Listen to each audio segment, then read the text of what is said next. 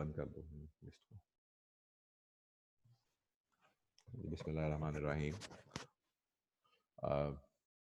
हमारा एक नया सेगमेंट हम अपना स्टार्ट करने लगे हैं और ये हमारा जो सेगमेंट है ये प्रिपरेशन और प्रेजेंटेशन ऑफ फाइनेंशियल स्टेटमेंट से रिलेटेड है।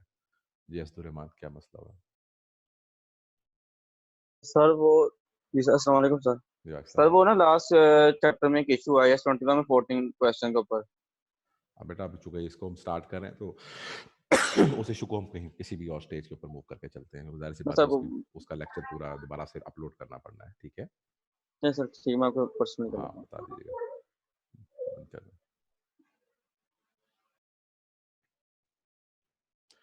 तो ये हमारा जो सेगमेंट है ये preparation of the financial statement से रिलेटेड है और इसमें हमसे क्या एक्सपेक्टेशन करता है एग्जामिनर।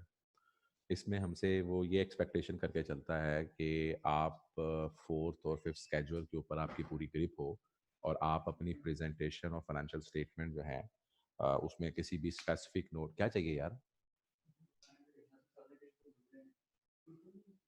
आप अपनी प्रेजेंटेशन और फाइनेंशियल स्टेटमेंट जो है उसको आप कर सकें और आप अपने स्पेसिफिक जो नोट्स हैं उसको डेवलप कर सकें और आप फाइनल अकाउंट के क्वेश्चन जो हैं उसके एक्सट्रैक्ट्स जो हैं उसको डेवलप करके उसको शो कर सकें। इस चैप्टर के अंदर काफ़ी देर से इसके ऊपर ले रही थी कि वो जो आपने एक्सपेक्टेशन क्रिएट की है वो तमाम चीज़ें जो हैं वो आपके स्टडी पैक के अंदर एग्जिस्ट नहीं करके चलती और इसके लिए हमें फिर फाइनेंशियल स्टेटमेंट्स लिस्टेड कंपनी की खुद से पढ़नी पड़ती थी। यहाँ पर जाके किताब को उसने अमेंड किया है और उसने यहाँ पर उसका एक अडेंडम क्रिएट कर दिया है और ये जो हम नया चैप्टर है इसको हम अपने उस अडेंडम के थ्रू पढ़ने की कोशिश करेंगे। हमारे पास बेसिकली तौर के ऊपर ये जो पोर्शन है ये फोर्थ और fifth schedule from the companies act 2017 से हमारा टेकअप किया हुआ है और वहीं से हमारी मेजर डेफिनेशंस जो हैं वो टेकअप की हुई हैं और फिर फोर्थ और फिफ्थ स्केड्यूल को सामने रखते हुए किस तरीके के साथ आपने अपनी फाइनेंशियल स्टेटमेंट्स को प्रेजेंट करना है वो सारी डिस्कशन इसी को लेके चलता है। तो आइए देखते हैं चैप्टर में क्या दिया हुआ है हमारे पास। Let's see the very first definition जो कि फोर्थ स्केड्यूल और फिफ्थ स्केड्यूल से हमारी ली गई है, दैट इज द एग्जेक्टिव। कोई भी इम्प्लाई एग्जेक्टिव कौन है का ये जो डेफिनेशन है ये चैप्टर की जितनी बातें हैं ये तकरीबन सारी की सारी चीज़ें कंपनीज एक्ट से इनका ताल्लुक है और इसका कोई ताल्लुक जो है वो हमारे स्टैंडर्ड में कहीं पर ये बातों का जिक्र नहीं है। कंपनीज एक्ट क्या कहता है, वो ये कहता है कि कोई भी imply other than chief executive और डायरेक्टर, चीफ एग्जेक्टिव और डायरेक्टर को उसने एक सेपरेट कैटेगरी डाल दी है कि चीफ एग्जेक्टिव और डायरेक्टर को छोड़ दे, उसके अलावा की बात कर रहा हूँ, अगर कोई भी इम्प्लाई ऐसा है जिसकी बेसिक सैलरी जो है वो एक साल के अंदर 12 लाख रुपया या उससे जायद है, यानी कि वो 1 लाख रुपये से ज़्यादा कमाता है, तो फिर हम उस शख्स को क्या कहते हैं, वो कंपनी के लिए क्या है, एग्जेक्टिव। एग्जेक्टिव की बात वो इसलिए करता है कि एग्जेक्टिव की भी लाइबिलिटी क्रिएट होती है। बहुत सारी जगहों पे जाएंगे जब आप कंपनीज एक्ट के अंदर, तो वहां पर वो ये कहता है कि इस काम का ना सिर्फ चीफ एग्जेक्टिव यानी कि मैनेजमेंट यानी कि बोर्ड ऑफ डायरेक्टर और चीफ एग्जेक्टिव जिम्मेदार है, बल्कि वो ये भी कहते हैं कि इसके अलावा इसके साथ साथ एग्जेक्टिव भी जो है वो उसकी जिम्मेदारी रखते हैं। तो यहाँ पर ये एग्जेक्टिव को डिफाइन कर दिया गया है। एग्जेक्टिव वो है जो कि अदर दैट चीफ एग्जेक्टिव और डायरेक्टर है और उसकी उसकी बेसिक सैलरी, उसकी टोटल ग्रॉस सैलरी की बात नहीं कर रहा, उसकी बेसिक सैलरी जो है वो 12 लाख रुपया या उससे जायद है, तो हम उसको डेफिनेशन ऑफ एग्जेक्टिव में लेके आते हैं। हमारे पास जो दूसरा हमारे पास डेफिनेशन हमारे पास आती है, ये वो डेफिनेशन हैं जो कि आप 12 पढ़ चुके हुए हैं और एक जिस वक्त आप डिस्कशन करते हैं आप क्या यहाँ पर FR1 के अंदर भी और इंट्रो के अंदर भी हमारे यहाँ दो किस्म के रिजर्व्स होते हैं। जो ये रिजर्व्स हैं ये शेयर कैपिटल के अंदर कैपिटल रिजर्व्स और रेवेन्यू रिजर्व्स होते हैं। बादुल नज़र के अंदर कैपिटल रिजर्व और रेवेन्यू रिजर्व के अंदर जो डिफरेंस है वो ये होता है कि जो रेवेन्यू रिजर्व होता है वो फ्रीली डिस्ट्रीब्यूटेबल होता है as a dividend as a profit, जबकि कैपिटल रिजर्व को स्पेसिफिक पर्पज के लिए रिजर्व क्रिएट किया जाता है। रेवेन्यू रिजर्व जो होता है उसको कंपनी कभी भी चाहे तो अपने मुलाजमीन के दरमियान उनको अपने अपने शेयर होल्डर्स के माबैन उसको एज अ डिविडेंड डिस्ट्रीब्यूट कर सकती है।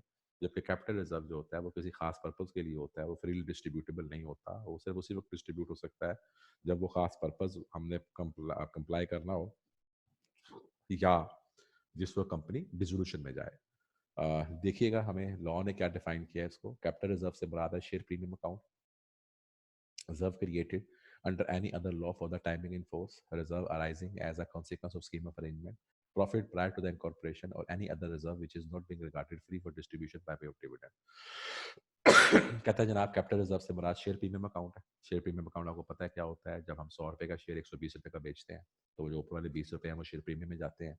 ऐसे ही जिस वक्त कोई ऐसा रिजर्व जिसको कानून कहे कि ये रिजर्व क्रिएट करें, कानून बाज़ जगहों पे कहता है कि स्टैट्यूटरी रिजर्व्स क्रिएट करें। आपके यहाँ सिलेबस में डायरेक्ट बात नहीं की हुई, लेकिन कुछ इस तरह के स्टैट्यूटरी रिजर्व्स जो हैं वो बैंक्स के पॉइंट ऑफ व्यू से, लीजिंग के पॉइंट ऑफ व्यू से, इंश्योरेंस के पॉइंट ऑफ व्यू से हमें क्रिएट करने पड़ते हैं। वो स्पेसिफिक किस्म के रिजर्व्स होते हैं। ऐसा रिजर्व जो कि स्कीम ऑफ अरेंजमेंट के तहत जब मर्जर्स या एक्विजिशंस होती हैं तो वहाँ पर हमारे पास एक रिजर्व क्रिएट होके आता है, मर्जर रिजर्व बनता है। और अगेन चूंकि मर्जर आपके सिलेबस में नहीं है तो हम इस बात को डिटेल से नहीं पढ़ सकेंगे। कोई ऐसा प्रॉफिट जो कि आपको prior to the incorporation of company आपके पास आ जाए, आपने कोई चीज़ ली थी, अपने पैसों को अपनी रखा था, कंपनी भी इनकॉर्पोरेट भी नहीं हुई थी, उसी पे नफा आ गया, तो वो नफा भी जो है वो आपका रिजर्व बन जाता है, लेकिन वो कैपिटल रिजर्व होता है। या कोई भी ऐसा रिजर्व जो कि शेयर होल्डर्स के माबैन फ्रीली तौर के ऊपर डिस्ट्रीब्यूट ना हो सकता हो एज अ डिविडेंड, तो उसको क्या कहते हैं, कैपिटल रिजर्व। जबकि रेवेन्यू रिजर्व वो होता है जो कि regarded normally regarded as available for distribution through the profit and loss, जो नफे और नुकसान की तरह लोगों के माबैन तकसीम हो सकता है। और इसके एग्जांपल्स क्या हैं, जनरल रिजर्व्स हैं, स्पेसिफिक रिजर्व्स हैं, और तमाम का पर्पस क्या है, क्रिएटेड आउट ऑफ प्रॉफिट और अनअप्रोप्रिएटेड प्रॉफिट्स। तो आपका स्पेशल रिजर्व, आपका जनरल रिजर्व, अनअप्रोप्रिएटेड प्रॉफिट, ये सारे के सारे एग्जांपल्स कौन सी हैं, रेवेन्यू रिजर्व्स की हैं। और जो रेवेन्यू रिजर्व्स होती हैं ये कंपनी के लाइफ के अंदर जब भी कंपनी चाहे इसको डिस्ट्रीब्यूट कर सकती है एज अ डिविडेंड। अच्छा, जो हमारे पास ऊपर कैपिटल रिजर्व है, इसके अंदर जो पहला रिजर्व है शेयर प्रीमियम, कंपनीज एक्ट ने हमें अलाउ किया है कि आप शेयर प्रीमियम के अकाउंट से भी डिविडेंड दे सकते हैं। सो शेयर प्रीमियम जो है दर हकीकत है तो कैपिटल रिजर्व बाय नॉमेनक्लेचर, लेकिन जो इसको अगर हम देखें तो इसकी जो ट्रीटमेंट है वो वो रेवेन्यू रिजर्व की तरह की वो रेवेन्यू रिजर्व की तरह की है, इसकी ट्रीटमेंट जो है वो की जा सकती है। सो शेयर प्रीमियम को वो डालता तो कैपिटल रिजर्व में है, लेकिन ये एक्सेप्शन है, इसका आगे एक सेक्शन आता है कंपनीज एक्ट के अंदर जहां पर वो अलाउ करता है कि डिविडेंड की डिस्ट्रीब्यूशन जो है वो out of share premium reserve भी की जा सकती है। इस एक रिजर्व के अलावा बाकी जितने भी रिजर्व होंगे कैपिटल रिजर्व के, वो फ्रीली डिस्ट्रीब्यूटेबल नहीं होते as a dividend.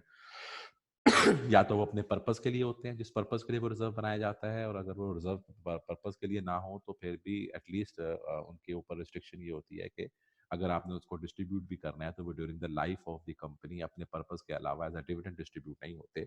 On dissolution ये डिस्ट्रीब्यूट हो सकते हैं as a dividend. On contrary जो रेवेन्यू रिजर्व होता है ये शेयर होल्डर्स के माबैन एज अ डिविडेंड कभी भी लाइफ ऑफ द कंपनी में डिस्ट्रीब्यूट किया जा सकता है, इस पर कोई रिस्ट्रिक्शन नहीं होती। सो ये दो हमारे पास रिजर्व्स की बेसिक डेफिनेशन है। आगे चलिएगा जी। नाउ अकाउंटिंग का प्रोफेशन और हमारा फ्रेमवर्क क्या है, यहाँ पर जाके उसने हमारे साथ कुछ डिस्कशन की है। उसने कहा कि फाइनेंशियल स्टेटमेंट का ऑब्जेक्टिव क्या होता है, हमारा इसका ऑब्जेक्टिव फाइनेंशियल स्टेटमेंट क्या है कि हम we should provide the information about the financial position, financial performance and cash flow of the company to the wide range of the users of financial statement. ये वो बात है जो हम बचपन से पढ़ते आए हैं, व्हाट इज द ऑब्जेक्टिव। तो ये आ चुके, अब आपके यहाँ पर एक छोटा शॉर्ट क्वेश्चन आ सकते हैं। तो the objective of financial statement क्या है? The objective of financial statement is that it is being the purpose of the preparing the financial statement is that you have to provide the information about the financial position। financial position कहते हैं balance sheet को, financial performance कहते हैं profit and loss को, cash flow की movements. और किसके लिए सब कुछ करते हैं, किसी एक शख्स के लिए नहीं करते, मैंने पहले ये बताया था। There is a wide range of users of financial statement. तो फाइनेंशियल स्टेटमेंट को इस्तेमाल करने के जो वाइड रेंज ऑफ यूजर्स हैं, जो आपके पास यूजर्स ऑफ फाइनेंशियल स्टेटमेंट है, उन्होंने जो अपनी इकोनॉमिक डिसीजन मेकिंग करनी है, उस इकोनॉमिक डिसीजन मेकिंग के लिए हम फाइनेंशियल स्टेटमेंट जो है वो बनाते हैं, और यही हमारा ऑब्जेक्टिव होता है। एसईसीपी क्या है जी? Security and exchange commission of Pakistan क्या है? ये हमारा एक अदारा है जो रेगुलेटर है, और ये 1997 के अंदर इसको मार्ज वजूद में लाया गया, और 1999 के अंदर जाके इसने अपना काम करना शुरू कर दिया। ये छोटा सा एक नोट है एससीपी के ऊपर, ये हमारे कॉर्पोरेट से जो हमारी कंपनीज हैं और कैपिटल मार्केट स्टॉक एक्सचेंज, उनकी रेगुलेटरी अथॉरिटी है। ये क्या है? उनकी रेगुलेटरी अथॉरिटी है। और इसका मिशन क्या है? इसका मिशन आपके सामने दिया हुआ है, to develop a fair, efficient and transparent regulatory framework based on the international legal standard and the best practices for the protection of the investors and mitigation of the systematic risk aimed at fostering growth of robust corporate sector and broad-based capital market in Pakistan। Apparently तो बता रहा है कि अगर मैं इसको बात करते चलूँ तो वो ये कहता है कि जनाब ये सबसे अहम बात कि एससीपी जो है वो हमारी दो किस्म के लोगों की रेगुलेटरी अथॉरिटी है, एक कैपिटल मार्केट स्टॉक एक्सचेंज की और एक कंपनियों की। और फिर इसकी जो बेसिक जॉब है वो क्या है? ये चाहता है ये है कि एक ऐसा फेयर, एफिशिएंट और ट्रांसपेरेंट रेगुलेटरी फ्रेमवर्क डेवलप करे जो इंटरनेशनल स्टैंडर्ड्स के मुताबिक हो, जिसकी वजह से क्या हो सके, वो जो इन्वेस्टर्स जो पैसा इन्वेस्ट करते हैं कंपनियों के अंदर, वो उन इन्वेस्टर्स को प्रोटेक्शन दे सके, और उस प्रोटेक्शन और उस कंट्रोल्ड एनवायरनमेंट को अपने पास रखते हुए एक कॉर्पोरेट सेक्टर की एक रोबस्ट ग्रोथ हो, और हमारे यहाँ का जो कैपिटल मार्केट है वो ब्रॉड हो, यानी कि ज्यादा से ज्यादा हमारी कैपिटल मार्केट के लोग पार्टिसिपेंट्स हो, यानी कि ज्यादा से ज्यादा हमारी लिस्टेड कंपनीज हो। One of the roles of SSCP is to decide accounting. इसके अलावा एसएससीपी की एक और अहम जिम्मेदारी क्या है कि वो अकाउंटिंग रूल्स एंड रेगुलेशंस को भी देखता है, कि वो अकाउंटिंग रूल्स और रेगुलेशन जो नए स्टैंडर्ड आते हैं उनको कंपनीज के ऊपर अप्लाई करना है, नहीं करना है, कब करना है, ये भी एसएससीपी की जिम्मेदारी है। Companies must prepare the financial statement in accordance with the accounting standard approve. अच्छा याद रखिएगा, अकाउंटिंग स्टैंडर्ड आता है तो अकाउंटिंग स्टैंडर्ड आते साथ ही हम पर एप्लीकेबल नहीं हो जाता, बल्कि अकाउंटिंग स्टैंडर्ड जब तक एससीसीपी हमें ऑफिशियल गजट के थ्रू नोटिफाई ना कर दे, उस वक्त तक हम उस अकाउंटिंग स्टैंडर्ड को अप्लाई करने के लिए हम पे जिम्मेदारी नहीं है। हाँ, एज एन अकाउंटिंग प्रोफेशनल तो हमें अभी एक्सपोजर ड्राफ्ट आता है तो हम उसको सीखना शुरू कर देते हैं, लेकिन कंपनीज ने जिस वक्त अपने अकाउंट्स प्रिपेयर करने हैं, क्योंकि कंपनीज अपने अकाउंट्स बनाती है किसके तहत, कंपनीज अपने अकाउंट्स बनाती हैं कंपनीज एक्ट 2017 के तहत, और कंपनीज एक्ट 2017 का रेगुलेटर कौन है, एससीसीपी। तो जोन जो से स्टैंडर्ड एससीसीपी अलाउ करेगा, या जोन जो से स्टैंडर्ड एससीसीपी ऑफिशियल गजट के अंदर आइडेंटिफाई करेगा, उन्हीं स्टैंडर्ड्स की कंप्लायंस को सामने रखते हुए हम अपने अकाउंट्स बनाकर मूव करके चलेंगे। आईकैप क्या है जनाब? आईकैप एक प्रोफेशनल बॉडी है, और ये ऐसी बॉडी है जो कि पाकिस्तान के अंदर अकाउंटिंग स्टैंडर्ड्स जो हैं और उनके तमाम जितने भी अकाउंटिंग स्टैंडर्ड्स एससीपी मूव करके चलती है, इनकी रिकमेंडेशन करने वाली बॉडी है। मतलब एससीसीपी रिकमेंड करती है, एससीसी सॉरी आईकैप रिकमेंड करता है एससीसीपी को कि ये अकाउंटिंग स्टैंडर्ड जो है अब हमारी जो वर्किंग है वो इस हद तक हो चुकी हुई है कि आप अकाउंटिंग स्टैंडर्ड जो है इसको अलाउ कर दें कि ये अकाउंटिंग स्टैंडर्ड अब कॉर्पोरेट्स जो है उसको अडॉप्ट करना शुरू कर दें। सो बेसिक के तौर के ऊपर क्या हुआ, बेसिक के तौर के ऊपर हुआ ये कि हमारे पास सबसे पहले एक आईफैक की तरफ से एक स्टैंडर्ड आया, ठीक है। उस स्टैंडर्ड आने के बाद आईकैप ने और उसके मेंबर्स ने उसके ऊपर ड्यू डिलिजेंस की, उन्होंने फिर रिकमेंड किया किसको, एससीसीपी को। एससीसीपी ने फिर उसको ऑफिशियल गजट के अंदर अलाउ कराया। जब ऑफिशियल गजट में ये चीज़ आ गई तो फिर जितनी भी कॉरपोरेट्स हैं, जितनी भी कंपनियां हैं, उनके लिए उस स्टैंडर्ड को कंप्लाई करना क्या बन जाता है, हदीस बन जाती है। उसके लिए मस्ट हो जाता है कि उसको वो अप्रूव करे। अगर कोई अभी तक स्टैंडर्ड ऐसा है जो आ चुका हुआ है, आई कैप ने रिकमेंड नहीं किया, या एससीसीपी ने अभी तक उसको ऑफिशियल गजट में नहीं इशू करवाया, तो वो कॉर्पोरेट्स के लिए उसको कंप्लाई करना मस्ट नहीं होता। तो यहाँ पर थोड़ी सी ये डिस्कशन करना चाह रहा है। हमारे पास कुछ स्केजुअल्स हैं जो कि कंपनीज एक्ट में दिए हुए हैं, और वो सारे स्केजुअल्स जो हैं वो हमारे लिए इंपॉर्टेंट हैं। ये स्केजुअल्स कौन कौन से हैं? वैसे तो बहुत सारे स्केजुअल हैं, लेकिन आपके यहाँ जो यहाँ पर तीन स्केजुअल्स का जिक्र किया गया है, वो थर्ड, फोर्थ और फिफ्थ स्केजुअल का जिक्र किया गया है। थर्ड स्केजुअल जो है ये बताता है जो कि बेसिकली तौर के ऊपर क्लासिफिकेशन ऑफ द कंपनीज किया हुआ है। थर्ड स्केजुअल ने कंपनीज की क्लासिफिकेशन कर दी है। तो इसके अंदर हम आगे जाके पढ़ेंगे कि हम कंपनीज को क्लासिफाई कैसे करते हैं, छोटी कंपनी, बड़ी कंपनी, बहुत बड़ी कंपनी, अभी जाकर देखते हैं। और फिर फोर्थ और फिफ्थ स्केजुअल क्या है? फोर्थ स्केजुअल जो है ये बेसिकली तौर के ऊपर हमारे डिस्क्लोजर रिक्वायरमेंट्स हैं, और ये जो डिस्क्लोजर रिक्वायरमेंट्स हैं ये किस पर एप्लीकेबल होते हैं? ये डिस्क्लोजर रिक्वायरमेंट्स जो होते हैं ये लिस्टेड कंपनीज के ऊपर। लिस्टेड कंपनी कौन सी होती है? जिसकी के सिक्योरिटी स्टॉक एक्सचेंज के ऊपर ट्रेड हो। और फिफ्थ स्केजुअल क्या है? फिफ्थ स्केजुअल वो है जो कि डिस्क्लोजर रिक्वायरमेंट्स हैं, और ये डिस्क्लोजर रिक्वायरमेंट्स किन के लिए हैं? Other than listed company. यानी कि लिस्टेड कंपनीज के लिए तो हमारे पास फोर्थ आ गया, तो नॉन लिस्टेड के लिए फिफ्थ आ गया। सो हमारे पास तीन स्केजुअल्स हैं। पहला स्केजुअल जो है थर्ड स्केजुअल, वो कंपनीज की क्लासिफिकेशन करेगा। फोर्थ स्केजुअल हमें प्रेजेंटेशन बताएगा, लेकिन किसके लिए? डिस्क्लोजर रिक्वायरमेंट बताएगा किसके लिए? लिस्टेड कंपनीज के लिए। और फिर फिफ्थ स्केजुअल जो है वो नॉन लिस्टेड कंपनीज के लिए हमें डिटेलिंग देगा। अच्छा जनाब, आईएफआरएस क्या होते हैं, और आईएफआरएस के ऊपर थोड़ी सी हमारी डिस्कशन जो है वो क्या है? आईआईएफआरएस जो हैं ये इंटरनेशनली तौर के ऊपर एक हमारी जो आईफैक की जिम्मेदारी है, इंटरनेशनल फेडरेशन फॉर अकाउंटेंट्स की, कि वो आईएफआरएस बनाता है। स्टोरी क्या है, हिस्ट्री क्या है, how they are being develop and how they move on. सबसे पहले जनाब पहले इस तरह था, मैं थोड़ा सा अगर इसको बैकग्राउंड के ऊपर लेके चलूं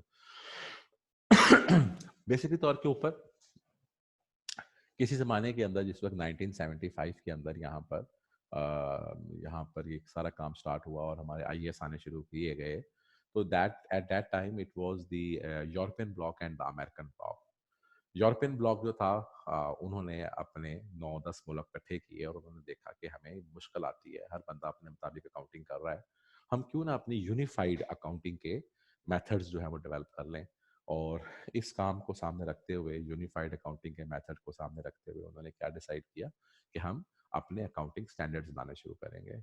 और इस तरीके के साथ उन्होंने आईएएस आना शुरू किया, और आईएएस या स्टैंडर्ड बनाने वाली जो कमेटी थी उसका नाम क्या रखा गया, international accounting standard committee. International accounting standard committee जो थी वो आईएएस बनाती थी, और फिर वो आईएएस के ऊपर अगर कोई क्वेश्चन या कोई ऑब्जेक्शन या कोई क्लैरिफिकेशन चाहिए थी, तो एक इंटरप्रिटेशन की कमेटी भी अवेलेबल थी, जिसको कि हम एसआईसीज, ऐसा स्टैंडर्ड स्टैंडर्ड इंटरप्रिटेशन कमेटी कहते थे। और वो अपनी प्रोनाउंसमेंट्स दिया करती थी, जिसको हम एसआईसीज कहते थे, ठीक है ना, स्टैंडिंग इंटरप्रिटेशन कमेटी प्रोनाउंसमेंट्स या एसआईसीज। सो बेसिकली यहाँ तक क्या बात समझ में आई कि हमारे यहाँ एक बॉडी थी, और वो जो बॉडी थी वो यूरोपियन ब्लॉक ने डेवलप की थी।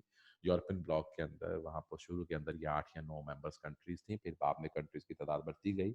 और इन्होंने कहा कि चूंकि हम अपनी अकाउंटिंग करते हैं और हर बंदा अपनी अकाउंटिंग अपने मुताबिक करता है, तो क्यों ना यूनिफाइड पॉलिसीज रखी जाए। और यूनिफाइड पॉलिसीज रखने का एडवांटेज ये हुआ कि सबकी अकाउंटिंग जो है वो सेम तरीके से होगी। जो बंदा पोलैंड में अकाउंटिंग कर रहा है, उस कंपनी के अकाउंट्स को अगर कोई यूके में पढ़ना चाहेगा तो उसको भी वही समझ आएगा जो कि पॉलिश को समझ आ रहा है। ये चीज़ समझ में आई, आइडिया अच्छा था, कंसीव हुआ। इसके मुताबिक उन्होंने मुख्तलिफ अकाउंटिंग इश्यूज को आइडेंटिफाई किया, और यहाँ पर उन्होंने अपनी एक इंटरनेशनल अकाउंटिंग स्टैंडर्ड कमेटी बनाई, और उसने आईएएस बनाने शुरू कर दिए। और यूं आईएएस 41, 41 स्टैंडर्ड, आईएएस 41 तक स्टैंडर्ड बने और बन के आते रहे। मैंने इस पहले में आपको बताया कि ये यहाँ पर यूरोपियन ब्लॉक एग्जिस्ट करता था, और ये यूरोपियन ब्लॉक था, ये जो हमारा सिर्फ और सिर्फ इसमें अमेरिकन अमेरिकन शामिल नहीं थे, और वहाँ पर हमारे पास अमेरिकन के लिए उन्होंने भी ये काम कर रहे थे, लेकिन वो हमारे पास आईएएस के प्लेटफॉर्म पे नहीं थे। फिर हमने अमेरिकन को साथ मिलाया, और उस ब्लॉक को भी हमने 2001 में जाके यूनिफाइड, 1975 में तो हम लोग खुद थे, यानी कि सिर्फ यूरोपियन ब्लॉक था, लेकिन 2001 में जाके फिर हमारे पास हमारा दोनों मतलब अमेरिकन ब्लॉक भी साथ आ गया। अब जब अमेरिकन ब्लॉक साथ आया तो फिर कुछ अमेंडमेंट्स की गई, और अब क्या कहा गया, उन्होंने कहा जी कि इंटरनेशनल अकाउंटिंग स्टैंडर्ड कमेटी का नाम अब आईएएससी नहीं होगा, बल्कि इसको बोर्ड बना दिया, इंटरनेशनल अकाउंटिंग स्टैंडर्ड बोर्ड कर दिया। और जो पहले कहा था स्टैंडर्ड इंटरप्रिटेशन कमेटी, इसको हमने कहा कि ये international financial reporting interpretation committee बन जाएंगी। और जो हम पहले आईएएस इशू किया करते थे, अब उन्होंने कहा कि इसका नाम क्या रख देंगे, हम आईएफआरएस रख देंगे। सो हमने क्या किया, हमने आईएएस का नाम चेंज करके क्या कर दिया, आईएफआरएस कर दिया। और एसआईसी का नाम जो था, स्टैंडिंग इंटरप्रिटेशन कमेटीज की प्रोनाउंसमेंट्स को हमने कहा ये क्या बन गई, आईएफआरएस बन गई। तो अब आईएफआरएस भी आने शुरू हो गए। तो हमारे जो डिसाइड ये हुआ कि जो 41 आईएएस आ चुके हुए हैं, इनका नाम हम आईएफआरएस नहीं करेंगे, लेकिन आज के बाद जो सा भी नया अकाउंटिंग इशू आएगा उसको हम आईएफआरएस के अंदर कन्वर्ट करते जाएंगे। और यहाँ से हमारा आईएफआरएस की जो हिस्ट्री थी वो स्टार्ट हो गई। अच्छा, इंटरेस्टिंग चीज़ है, आपके सिलेबस से बाहर की बात है, लेकिन थोड़ी सी बात करने में कोई बुराई नहीं है। बेसिकली तौर के ऊपर जिस वक्त ये यूरोपियन ब्लॉक और अमेरिकन ब्लॉक की हम बात करके चलते हैं, तो यूरोपियन ब्लॉक जिस वक्त अकाउंटिंग स्टैंडर्ड बना रहा था, तो हमारे यहाँ उस वक्त अगर देखा जाए तो कुछ ऐसी चीज़ें थी जिसके ऊपर अमेरिकन को या अमेरिकन ब्लॉक को जिस पर एतराज़ था। इसीलिए वो चीज़ें आपको आईएएस में नज़र आती हैं, लेकिन जब हम आईएफआरएस में आए या हम उस एरिया में आए, तो हमें पता चला कि नहीं, अब हमने वो चीज़ें ख़त्म कर दी। मिसाल के तौर पे आईएएस बनाते वक्त हम लोग जो कि नया नया काम शुरू किया था उस वक्त, तो हमारे यहाँ ना ऑल्टरनेटिव ट्रीटमेंट्स थी, यानी कि हम कहते थे बेंचमार्क भी होती है और अलाउड ऑल्टरनेटिव भी होती है। ठीक हो गया। अमेरिकन ब्लॉक ने कहा कि यार ये तो कोई मजाक वाली बात है, आप कहते हो यार जहर नहीं खाना चाहिए, और फिर कहते हो अच्छा अगर जहर खाना है तो बता देना, फिर जहर खा लिया करो। उसने कहा यार देखो ट्रीटमेंट तो एक ही होगी, या होगी या नहीं होगी। हमने फिर उनकी जब बात मान ली, हमने कहा ठीक है, हमने कहा जी there is no benchmark treatment, there is no allowed alternative, there has to be only one treatment and there has to be only one treatment. बात ठीक थी अमेरिकन ब्लॉक की कि दो दो काम करने का फायदा कोई नहीं है, आप ये भी कर सकते हो वो भी कर सकते हो, ये तो कोई तरीकाकार नहीं है। एक तरीकाकार जो सबसे बेस्ट है वो बताओ और सबको कहो उसी को अप्लाई करके चले। और फिर जब हमने उनकी बात मानी तो हमने अपने स्टैंडर्ड को रिवाइज किया, और उसमें अगर आप लोगों को देखा जाए तो आप अगर चेक करें, मैं आपको एग्जांपल दे सकता हूँ IS-23 की, तो वहां पर हमारे पास दो ट्रीटमेंट थी। तो अब बेंचमार्क ट्रीटमेंट जो थी, जिसको हम पहले कहते थे मुस्तहब, वो डिलीट कर दी गई, और जो अलाउड ऑल्टरनेटिव थी उसको हमने एक्सेप्ट कर लिया, यानी कि borrowing cost should be borrowing costs should be expensed, and only those borrowing costs which are with relating to the qualifying asset, they should be capitalized. ये बेसिकली तौर पे ऊपर अलाउड ऑल्टरनेटिव थी. इससे पहले जो बेंचमार्क ट्रीटमेंट थी वो ये थी कि all the borrowing cost should be expense, लेकिन हमने कहा कि नहीं, एक ट्रीटमेंट लेके चलनी है, तो हमने बेंचमार्क ट्रीटमेंट खत्म कर दिया और अब आपके पास सिर्फ और सिर्फ एक अलाउड ऑल्टरनेटिव है. ऐसे ही IS2 के अंदर अगर आप आकर देखें तो वहां पर आपके पास एक ट्रीटमेंट थी कि या तो आप फाइफो के ऊपर ले लो या वेटेड एवरेज पे ले लो, ठीक है, और एक तरफ क्या थी, लाइफो. तो उन्होंने कहा जी खत्म करें लाइफो को, ये कोई स्टोरी नहीं है.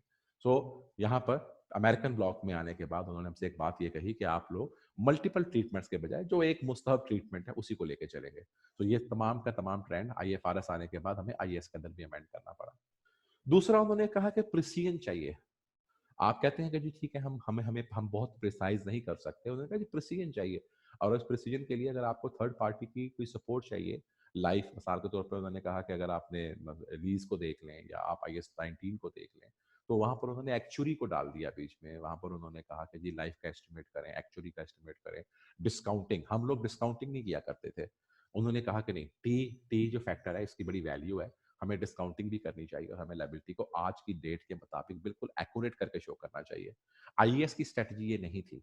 तो IFRS आने के बाद या अमेरिकन ब्लॉक आने के बाद हमने फिर टाइम पीरियड ऑफ मनी या डिस्काउंटिंग के कॉन्सेप्ट को भी हमारा बहुत हद तक बढ़ावा हुआ, और अब तकरीबन मेजॉरिटी स्टैंडर्ड्स के अंदर हम डिस्काउंटिंग करते हैं, प्रेजेंट वैल्यू के ऊपर लेके जाते हैं, जबकि पहले हम प्रेजेंट वैल्यू की बात नहीं किया करते थे.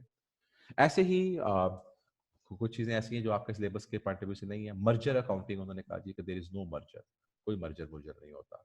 जब भी कोई दो लोग मिलते हैं तो किसी एक शख्स का जो पावा है या किसी एक शख्स को हमेशा दूसरे पर फोकियत होती है. तो उन्होंने कहा जी मर्जर अकाउंटिंग कोई चीज नहीं है, बल्कि एक्विजिशन अकाउंटिंग कोई चीज होती है. तो हमने मर्जर अकाउंटिंग खत्म कर दी और हमने एक्विजिशन अकाउंटिंग के ऊपर चले गए, और हमने उनकी हर बात मान ली. हमने उनसे कहा कि अच्छा बस एक हमारी बात ध्यान में रखो, जो हमने IAS इशू कर दिए हुए हैं, हम ये IAS आपके कही हुई मंशा के मुताबिक अमेंड कर देंगे, लेकिन इनको हमने IFRS नहीं करना ताकि हमारी भी कुछ लेगेसी रहे. हमने भी बड़ा काम किया हुआ है, जिसको उन्होंने तस्लीम कर लिया. डिसाइड ये किया गया कि सारे IAS जो है इसको अमेंड कर दिया जाएगा. 1975 से लेकर 2001 तक जो IAS बने हुए थे, इन सबको अमेंड कर दिया जाएगा उन्हीं प्रिंसिपल्स के मुताबिक जो अभी आपसे मैंने डिस्कस किए. और उसके बाद with the passage of time जो भी नए स्टैंडर्ड्स आएंगे, जो भी नए कॉन्सेप्ट्स आएंगे, उनको हम अब IAS के नामों से नहीं बल्कि IFRS के नामों से हम इशू किया करेंगे. तो ये हमारा सफर था जो कि IAS से कहाँ पे चला गया, IFRS से. अब IAS नहीं बनता बल्कि IFRS बनता है. अब international accounting standard setting committee नहीं है बल्कि international financial reporting standard board है. अब आई SICs नहीं बनते बल्कि IFRICs जो है वो पैदा होकर चलते हैं. सो ये एक इर्तिका का अमल था जिसके तहत हमारा हम लोगों ने अपने आप को कन्वर्ट किया फ्रॉम दी 1975. हम जो 1975 के अंदर जहाँ से हमने काम शुरू किया था, तो 2001 में जाके हमने अमेरिकन ब्लॉक को भी साथ मिला लिया, और यूं हम अपनी स्ट्रेटजी की तरफ चलना शुरू हो गए. अच्छा जनाब, प्रोसीजर फॉर द अडॉप्टेशन क्या है, ये पेपर के लिए एक इम्पॉर्टेंट क्वेश्चन है कि हम जिस वक्त कोई नया स्टैंडर्ड आता है तो हम उसे किस तरह अडॉप्ट करते हैं, और वो क्या सारा प्रोसीजर और क्या सारी चीज़ें हैं. तो उसको मैं थोड़ा सा आपके साथ एक्सप्लेन करने की कोशिश करता हूँ. IFRS की अडॉप्टेशन के लिए हमारा प्रोसीजर ये होता है कि सबसे पहले जब IFRS आता है तो हमारे यहाँ ICAP के अंदर मुख्तलिफ कमेटीज़ बनी हुई हैं. तो हमारा जो ICAP का अकाउंटिंग स्टैंडर्ड बोर्ड है या हमारी अकाउंटिंग स्टैंडर्ड कमेटी बोर्ड बना हुआ है, वो उस स्टैंडर्ड को तमाम जो भी नया स्टैंडर्ड जब इशू होकर आता है तो वो उसको बड़ी तो वो स्टैंडर्ड को बड़े ध्यान से देखते हैं और उसके तमाम इम्प्लीकेशंस को देखते हैं, उसके तमाम प्रोज एंड कॉन्स को देखते हैं कि वो हमारी कौन कौन सी इकॉनमी में किस किस चीज़ों में कहाँ कहाँ पर हमें क्या क्या इम्पैक्ट आएगा और क्या क्या नुकसान होगा और क्या क्या नुकसान नहीं होगा. स्टैंडर्ड को सबसे पहले ICAP का अकाउंटिंग स्टैंडर्ड बोर्ड एवेल्युएट करता है. बोर्ड उसको देखने के बाद बताता है कि अडॉप्टेशन और इम्प्लीमेंटेशन ऑफ स्टैंडर्ड में हम किस तरीके के साथ इसको अडॉप्ट कर सकते हैं, और देखता है कि हमें कितना पीरियड चाहिए अपने आप को गियर अप करने के लिए, जिसको हम ट्रांजिशन पीरियड कहते हैं. क्योंकि हर आने वाले नए स्टैंडर्ड के अंदर कुछ ऐसी अमेंडमेंट्स होती हैं जिसकी वजह से हमें अपने लेजिस्लेशंस को चेंज करना पड़ता है, हमें अपनी अकाउंटिंग प्रैक्टिस को चेंज करना पड़ता है, हमें अपने बेसिक डाटा को चेंज करना पड़ता है. तो ये जो बोर्ड होता है ये प्रैक्टिकबिलिटी के मुताबिक देखता है कि पाकिस्तान की जो अकाउंटिंग और कॉर्पोरेट वर्ल्ड है वो इस स्टैंडर्ड को अगर अप्लाई करने की कोशिश करती है तो कितना अर्सा लगेगा कि हम इसको प्रॉपर तरीके से अपने आप को अप्लाई करने के काबिल आ जाएं. फिर उसके बाद ये मैटर जो होता है ये रेगुलेशंस को तब्दील करने के लिए ये एससीसीपी के साथ, स्टेट बैंक के साथ और बाकी तमाम जो कमेटी के हमारे मेंबर्स हैं उनके साथ डिस्कशन में आता है। और यहाँ पर एक हमारी एक कोऑर्डिनेशन कमेटी एग्जिस्ट करती है। आई कैप सारे एवेल्युएट करने के बाद हमारी एक कोऑर्डिनेशन कमेटी है। उस कोऑर्डिनेशन कमेटी के अंदर आई कैप बैठता है, उसके अंदर एससीसीपी बैठता है और उसके अंदर आपका स्टेट बैंक बैठता है। ये तीनों लोग बैठने के बाद देखते हैं कि अगर आपने इस स्टैंडर्ड को अप्लाई करना है तो स्टेट बैंक को अपने कौन से रूल्स अमेंड करने पड़ेंगे, एससीसीपी को कौन कौन से सर्कुलर लगाने लाने पड़ेंगे और कौन कौन सी जगहों पर हमें अपनी अमेंडमेंट्स करनी पड़ेंगी ताकि हम इस स्टैंडर्ड के मुताबिक इस चीज़ को अडॉप्ट कर लें। तो आई कैप अपनी रिकमेंडेशन देने के बाद फिर ये जो स्टैंडर्ड्स की कोऑर्डिनेशन कमेटी है उसके पास केस चला जाता है कि जनाब हमने आपको ये टाइम पीरियड की सजेशन दे दी है और ये अमेंडमेंट्स दे दी हैं। अब आप देख लें कि आप स्टेट बैंक अपनी अमेंडमेंट कैसे कर सकते हैं और एससीसीपी कैसे अमेंडमेंट कर सकता है और ये सारी डिस्कशन उनके साथ फॉरवर्ड कर दी जाती है। यहाँ पर ये सारा इशू रिजॉल्व होता है और इशू रिजॉल्व होने के बाद उसकी तमाम चीज़ों को कंसेंसस के साथ क्लोज कर लिया जाता है और जब ये चीज़ें क्लोज हो जाती हैं तो फिर जो हमारा आई कैप का स्टैंडर्ड बोर्ड होता है वो आई कैप की काउंसिल को अपना ये मैटर जो है ये रिकमेंड कर देता है कि जनाब ये तमाम चीज़ें कर दी गई हैं और अब आप इस बात की रिकमेंडेशन फॉरवर्ड कर दें कि हम इस स्टैंडर्ड को अडॉप्ट कर लें। आई कैप का जो काउंसिल है वो स्टैंडर्ड को अडॉप्ट करने के लिए कंफर्मेशन करती है और कंफर्मेशन करने के बाद अपनी ये जो डिसीजन होता है कि जी हम समझते हैं कि जो हमने शुरू दिन से काम किया और फिर आप लोगों के साथ कोऑर्डिनेशन कमेटी में काम किया, जो आपने अमेंडमेंट्स हमने दी आपने उसको एक्सेप्ट कर लिया, तो अगर ये तमाम चीज़ें ऐसे कर ली जाएँ तो कोई नामुमकिन बात नहीं है, हम बड़े आराम से इस स्टैंडर्ड को अडॉप्ट कर सकते हैं। ये तमाम डिसीजन एससीपी को फॉरवर्ड करते हैं और एससीपी जो है जब ये डिसीजन आई कैप से ले लेता है तो फिर वो इस स्टैंडर्ड को अडॉप्ट करने के लिए ऑफिशियल गजट के अंदर एक नोटिफिकेशन इशू कर देता है। तो आपने देखा कि इस स्टेप में सबसे पहले स्टैंडर्ड आया। स्टैंडर्ड आने के बाद आई कैप की अकाउंटिंग स्टैंडर्ड बोर्ड ने उस स्टैंडर्ड को एवेल्युएट किया। एवेल्युएट करने के बाद उन्होंने देखा कि इसके लिए हमें क्या ट्रांजिशन पीरियड क्या चाहिए, उस स्टैंडर्ड को समझा और समझने के बाद देखा कि हमें उसकी अडॉप्टेशन के लिए क्या ट्रांजिशन पीरियड चाहिए और हमें कहाँ कहाँ पर किस किस रेगुलेशन में तब्दीली दरकार है। ये सारी वर्किंग करने के बाद वो कहाँ चले गए, कोऑर्डिनेशन कमेटी में चले गए। उस कोऑर्डिनेशन कमेटी के अंदर एससीसीपी और स्टेट बैंक को उन्होंने ब्रीफ किया और जब स्टेट बैंक और एससीसीपी ने उनकी ब्रीफिंग को समझ लिया और उन्होंने एक्सेप्ट कर लिया तो फिर बोर्ड ने कहा कौंसल को कि आप इसको एक्सेप्ट कर लें। आई कैप की काउंसिल ने जब एक्सेप्ट किया तो एक्सेप्ट करने के बाद उन्होंने एससीसीपी को अपना डिसीजन फॉरवर्ड कर दिया और जब एससीसीपी को डिसीजन इशू हो गया तो एससीसीपी ने ऑफिशियल गजट में इसकी नोटिफिकेशन कर दी और नोटिफिकेशन के बाद ये स्टैंडर्ड हम सब लोगों के ऊपर फर्ज करार दे दिया गया। तो जनाब ये वो प्रोसीजर है जिसके तहत हम किसी भी चीज़ को लेकर चलते हैं और हम इसको यहाँ तक मूव करवा के चलते हैं। अच्छा जनाब, यहाँ पर हमारे पास अगली बात है क्लासिफिकेशन ऑफ कंपनीज की। ये बेसिकली तौर के ऊपर थर्ड स्केड्यूल आ गया।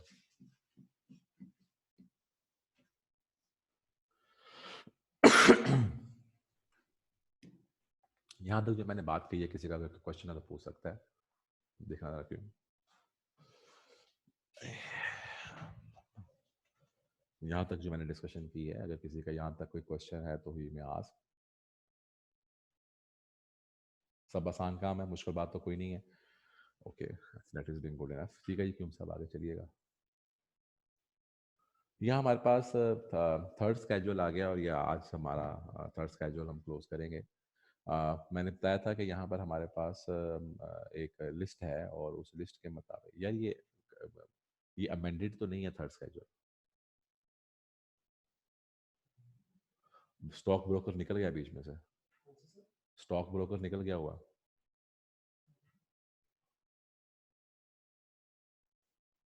आज श्योर कि ये अमेंडेड है।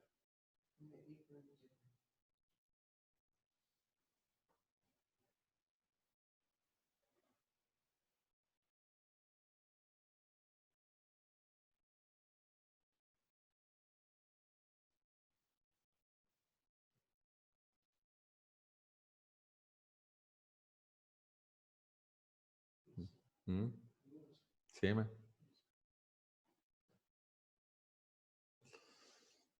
बता नहीं, स्टॉक ब्रोकर निकल गया बीच में से।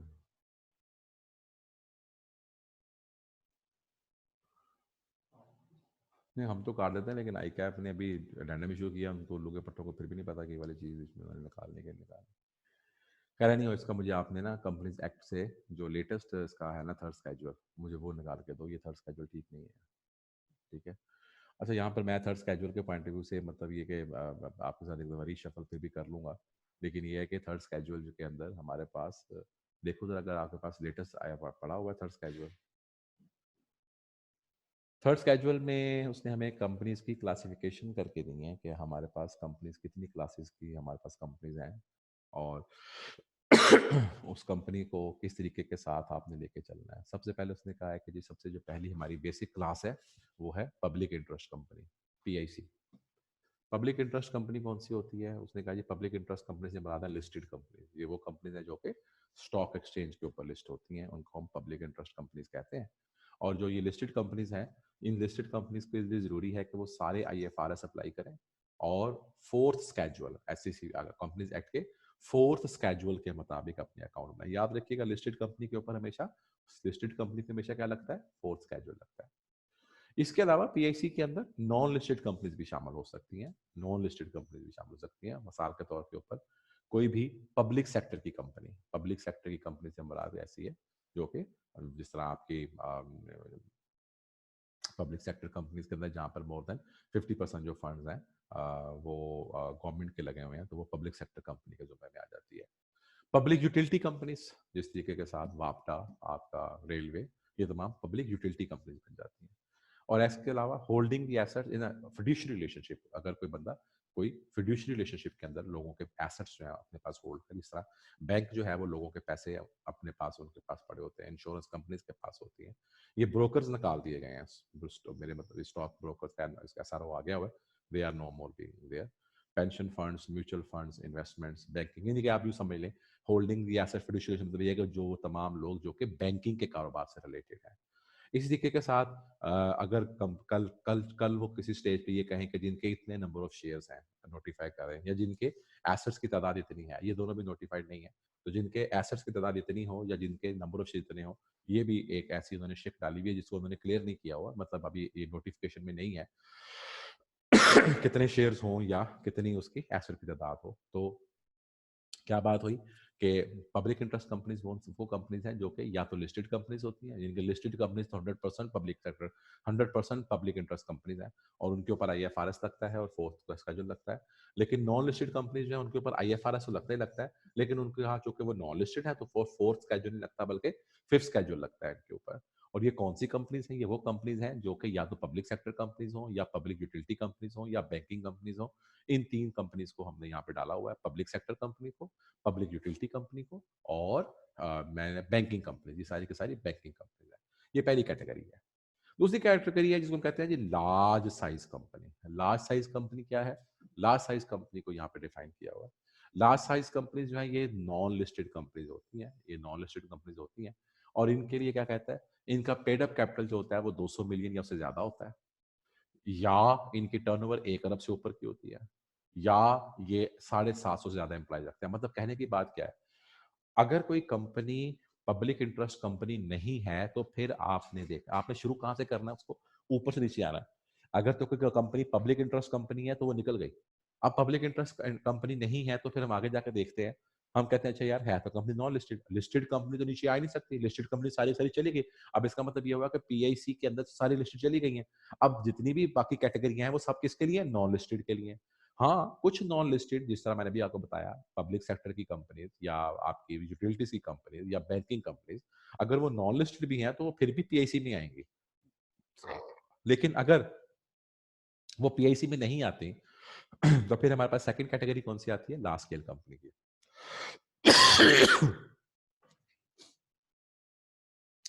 लार्ज स्केल कंपनी के फंड वो क्या कहता है? वो कहता है जी लार्ज स्केल कंपनी में अगर उनका कैपिटल जो है वो 200 मिलियन से ज्यादा है, या 1 अरब से ऊपर की शेयर है, या 750 से ऊपर से उनके मुलाजम उनके पास मुलाजम है, या कहता है कि ऐसी फॉरेन कंपनी है, यानी कि उसकी share holding foreign foreign company होती है जिसकी शेयर होल्डिंग फॉरेनर्स के पास हो, जिसका टर्नओवर 1 अरब या उससे ज्यादा हो। ठीक है, तो हमने क्या कहा? हमने कहा वो कंपनीज लार्ज स्केल कंपनी की कैटेगरी में आएंगी, उनके ऊपर आईएफआरएस भी लगेगा और उनके ऊपर फिफ्थ स्केड्यूल भी लगेगा। और फिर तीसरी कैटेगरी, मतलब इसी लार्ज स्केल कंपनी के अंदर पहली चीज ये वाली, दूसरी चीज फॉरेन कंपनी, तीसरी अगर कोई कंपनी सेक्शन 42 या सेक्शन 45 की है और उसकी जो एनुअल ग्रॉस रेवेन्यू जो है उसका, यानी कि उसके ग्रांट्स या जो उसके पास सब्सिडीज आती हैं वो 200 बिलियन या उससे ज्यादा की हैं, तो उसको भी हमने लार्ज स्केल कंपनी में ग्रुप किया है। उसके ऊपर आईएफआरएस भी लगेंगे और स्टैंडर्ड्स फॉर दी एनजीओज भी उसके ऊपर लग के चलेंगे।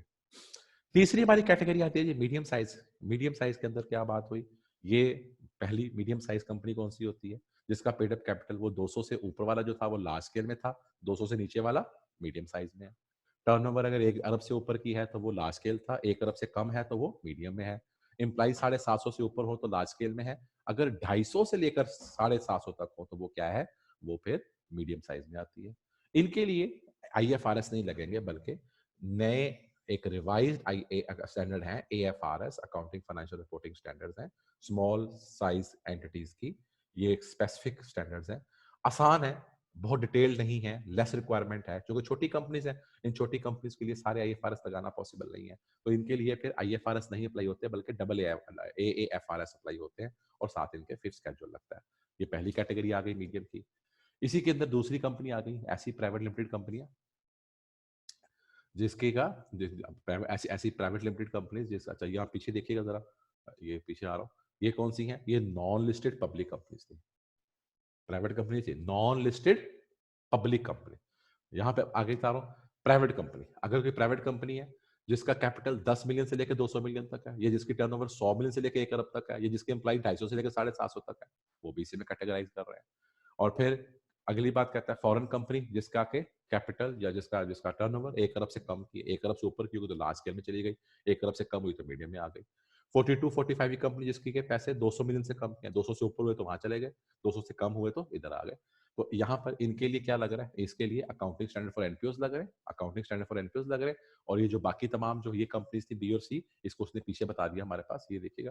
तो इनके ऊपर क्या लगेंगे, आईएफआरएस नहीं लगेंगे बल्कि एएफआरएस लगेंगे, और साथ फिर स्केड्यूल लग के आएगा इनके ऊपर।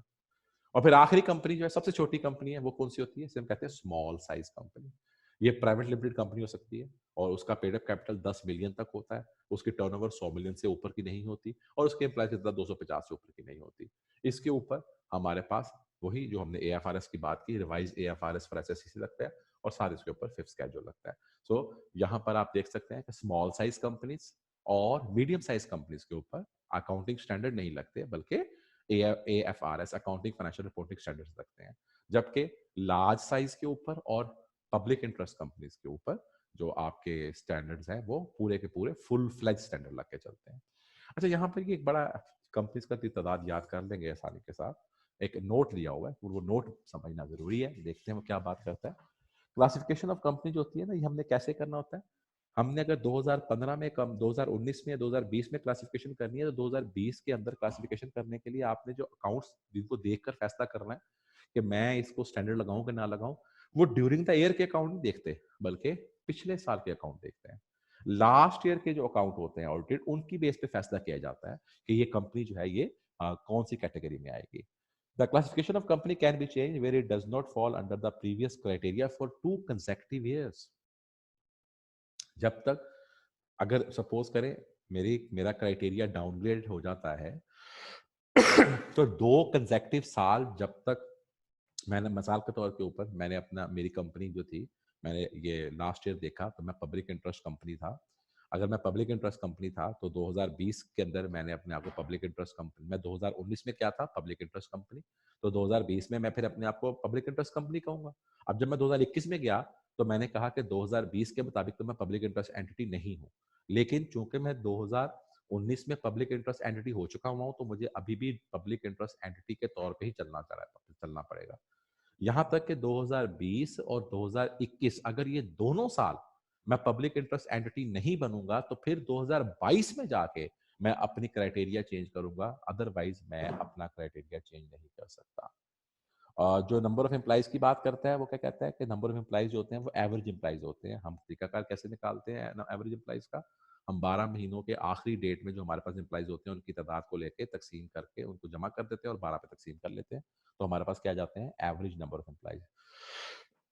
तो क्या बात की, आपने अपने कंपनी की कैटेगरी का तयन करना है थर्ड शेड्यूल से, तो कैसे देख के करना है, पिछले साल को देख के करना है, इस साल को नहीं। और कम से कम 2 साल आपका, और अगर आपने एक दफा अपनी कंपनी का तयन कर दिया है, तो अब जब तक 2 साल तक आप उस कैटेगरी से बाहर नहीं रहते, उस वक्त तक आप अपनी कंपनी की कैटेगरी दोबारा से चेंज नहीं कर सकते, आपको वही कैटेगरी जो है वो आगे कंटिन्यू करके चलनी पड़ेगी। तो जनाब ये इसने हमें कैटेगरीज के ऊपर बात करके बताई। मैं थोड़ा सा एक दफा फिर से रिवाइज कर देता हूँ इस बात को आपके साथ, देखिएगा। पब्लिक इंटरेस्ट कंपनी क्या है? लिस्टेड कंपनी, यानी कि खत्म होगी सारी स्टोरी। जितनी लिस्टेड कंपनीज हैं वो सारी की सारी कौन सी हैं? पब्लिक इंटरेस्ट कंपनीज हैं। और उनके ऊपर क्या लगता है? आईएफआरएस लगता है और फोर्स कैजुअल लगता है। अरे जनाब, अब इसके बाद किसी पे फोर्स कैजुअल नहीं लगा, काम खत्म हो गया, क्योंकि सिर्फ लिस्टेड कंपनी के लिए फोर्स कैजुअल था। उसके बाद नॉन लिस्टेड कंपनीज की बात करते हैं। तो नॉन लिस्टेड कंपनीज में तीन कंपनियां, public interest company, public sector की कंपनी, पब्लिक यूटिलिटी की कंपनी और बैंक्स, यानी कि जो बैंकिंग के कारोबार करते हैं। ये सब के सब किस में आती हैं? ये सब के सब पीआईसी में आती हैं। आईएफआरएस लगने हैं और इसके ऊपर फिक्स कैजुअल लगना है। उसके बाद हमारे पास आ गई large scale company. Large scale company में मैंने बताया non listed company, company public limited हो या ना हो लेकिन नॉन लिस्टेड होनी चाहिए, 200 मिलियन से ऊपर हो, टर्नओवर 1 अरब से ऊपर की हो, एम्प्लॉय 750 से ऊपर की हो, या फॉरेन कंपनी जिसकी टर्नओवर 1 अरब से ऊपर की हो, तो ये इनके ऊपर ये भी लार्ज स्केल कंपनी की कैटेगरी में आती है। या सेक्शन 42 45 की कंपनी जिसका के जो डोनेशन है वो 200 मिलियन से ऊपर की हो, तो ये भी लार्ज स्केल में आती है। इसके लिए क्या है? आईएफआरएस और फिफ्थ कैजुअल। मीडियम का कंपनी कौन सी है? ये वो है जो कि जो ये अब यहाँ से हमने लार्ज स्केल से इसको आउट करना है, तो भाई नॉन लिस्टेड कंपनी है लेकिन 200 से कम की, 1 अरब से कम सेल की, एम्प्लॉइज तादाद 250 या 750 के दरमियान हो। ऐसे ही फिर पीवीटी कंपनीज, उसके लिए भी वही बात है, कैपिटल 10 मिलियन से 200 मिलियन तक का हो, टर्नओवर जो है वो 100 million but not exceeding 1 billion, और एम्प्लॉइज 250 से लेकर 750 हो, या कोई फॉरेन कंपनी जो कि 1 अरब से कम की टर्नओवर रखती हो, या फिर 42 45 की कंपनी जिसकी के 200 मिलियन से कम की फिगर हो। तो यहाँ पर हमने क्या कहा, ये क्या है? ये हमारी मीडियम साइज कंपनीज है। मीडियम साइज कंपनीज के ऊपर आईएफआरएस नहीं लगते बल्कि एएफआरएस लगते हैं, और साथ फिफ्थ कैजुअल या फोर जो भी इनका रिलेटेड स्टैंडर्ड आता है। और फिर मीडियम साइज कंपनी के बाद सबसे कंपनी छोटी सी कौन सी है? Small size company. Small size company जो है वो यहाँ से इस इधर से निकलती है, यानी कि जो चीज प्राइवेट लिमिटेड कंपनीज कैटेगरी में नहीं आई वो यहाँ पे आ गई। 200 मिलियन, 10 मिलियन से 200 तक अगर हमारा मीडियम साइज था तो लेस देन 10 मिलियन यहाँ पे आ गया। 100 मिलियन से कम की टर्नओवर यहाँ पर आ गई, 250 से कम की टर्नओवर हमारी स्मॉल साइज में आ गई। इसके ऊपर भी हमारे रिवाइज एएफआरएस लगते हैं और फिफ्थ कैजुअल लग चलता है।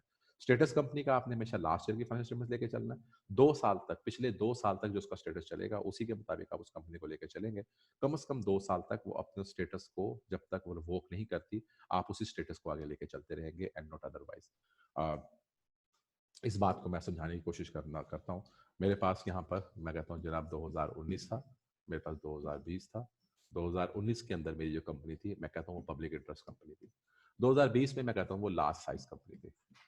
अब जब मैं 2020 में आया तो मैंने 2020 में अपने स्टैंडर्ड कौन से अप्लाई करने हैं, मैंने पिछले साल को देखना था। तो फिर मैंने क्या किया, मैंने पब्लिक इंटरेस्ट कंपनी के मुताबिक इसको मैंने अपना जो ये साल था मेरा 2000, बेशक बेशक इस साल की कैटेगरी को देखता हूं तो वो लास्ट स्केल है, लेकिन मैंने तो स्टैंडर्ड कौन से अप्लाई करने हैं 2019 को देख के, तो मैंने यहाँ पर पब्लिक इंटरेस्ट कंपनी के मुताबिक ही स्टैंडर्ड अप्लाई किया। अब मैं आगे चला गया 2021 में। अब मैंने 2021 में जाके देखा तो मेरे पास अज्यूम करता हूं अभी भी ये लास्ट सिक्स स्केल कंपनी चल रही है, लेकिन मैंने पिछले साल जो कि 2019 के मुताबिक बना के देखा था तो ये पब्लिक इंटरेस्ट एंटिटी थी। अब मैं 2020 को लास्ट साइज कंपनी के मुताबिक अपने ये साल ही बनाऊंगा, मुझे यहाँ पर भी पब्लिक इंटरेस्ट एंटिटी के मुताबिक ही अकाउंट बनाने पड़ेंगे। यानी कि चूंकि मैं यहाँ पर एक दफा पब्लिक इंटरेस्ट एंटिटी का मेथड ले चुका हूँ तो मेरे 2 साल अब पब्लिक इंटरेस्ट एंटिटी के मुताबिक ही चलेंगे। अब मैं आया 2022 के अंदर। अब 2022 में जाके देखा तो मैंने कहा ये पिछला साल देखा ये भी लार्ज स्केल था, उससे पिछला साल देखा ये भी लार्ज स्केल था, यानी कि 2 सालों से लगातार मैं बिलाशुबा पीआईसी और पीआईसी के मुताबिक अकाउंट बना रहा हूँ, लेकिन 2 सालों से मैं उस कैटेगरी से बाहर मौजूद हूँ। तो भाईजान मुबारक हो, इस साल के अंदर 2022 के अंदर अब आप लार्ज स्केल कंपनी के मुताबिक अपने अकाउंट बनाएंगे। सो ये वो बात कहता है कि पहली बात आपने पिछले साल को कंपेयर करना है और पिछले साल के मुताबिक अपना डिसीजन करना है, और जो आपने डिसीजन कर लिया ये कम से कम अब 2 साल तक चलेगा। यहां तक कि 2 साल तक अगर लगातार कैटेगरी आपकी आउट हो रही है तो फिर आप तीसरे साल में जाकर अपनी कैटेगरी अपनी चेंज करेंगे, क्योंकि ये कैटेगरी की चेंज आप हर साल नहीं कर सकते। So this is what the last sentence it was being supposed to be. जनाब यहाँ तक आज की बात कंक्लूड कर रहा हूँ। कोई क्वेश्चन है तो पूछिएगा, रेज योर हैंड, और अगर नहीं तो फिर हम बात को आगे कल नेक्स्ट लेक्चर में लेके चलेंगे। Asadur Rahman. Sir non profit organization किधर लेके जाएंगे फिर हम? बेटा नॉन प्रॉफिट ऑर्गेनाइजेशन के स्टैंडर्ड फर्क है, मैंने वहाँ पर दिखाया आपको। नॉन प्रॉफिट ऑर्गेनाइजेशन के जो स्टैंडर्ड्स हैं वो एनपीओस के स्टैंडर्ड्स वहाँ पर सेपरेटली मेंशन किए हुए हैं। एनपीओस के ऊपर आईएफआरएस नहीं लगते, वहाँ पे मेंशन किया हुआ है, ठीक है। फायजा, अस्सलाम वालेकुम सर। जी वालेकुम सलाम। सर अगर 2021 के अंदर वो स्मॉल साइज कंपनी बन जाती है या मीडियम साइज बन जाती है सर, तो 2022 के अंदर हम क्या लेंगे? देखो एक बात तय है कि आपके पास वो जो कंपनी है वो 2 साल तक आपकी उस कैटेगरी से आउट रहनी चाहिए, तो ये बंद करना। अब आप क्या कह रही हो, 2021 सर में कह अगर, रहे हैं? जी सर। इसको मैं कहता हूँ लास्ट ईयर का मीडियम साइज हो गई, जी सर। तो बस ठीक है। आपने अभी भी पीआईसी लेना है, ले लिया। जी सर, ले अब क्या लिया। है, अब 2022 में आ गए हम। जी सर, आगे। अब इसका मतलब कि लास्ट 2 इयर्स, ये दोनों साल, लास्ट 2 इयर्स हम पीआईसी इस्तेमाल तो करते जा रहे हैं लेकिन पीआईसी है नहीं, एम आई राइट? Yes sir. अब हमारी जान छूट गई पीआईसी से, छूट गई। Yes sir. अब 2020 में बैठेंगे तो हम किसको देखेंगे, लास्ट ईयर को देखेंगे। जी सर। लास्ट ईयर में क्या था, sir medium size, medium size. तो फिर यहाँ पे क्या आ जाएगा, medium sir. Done. Done sir, thank you sir. Okay बेटा,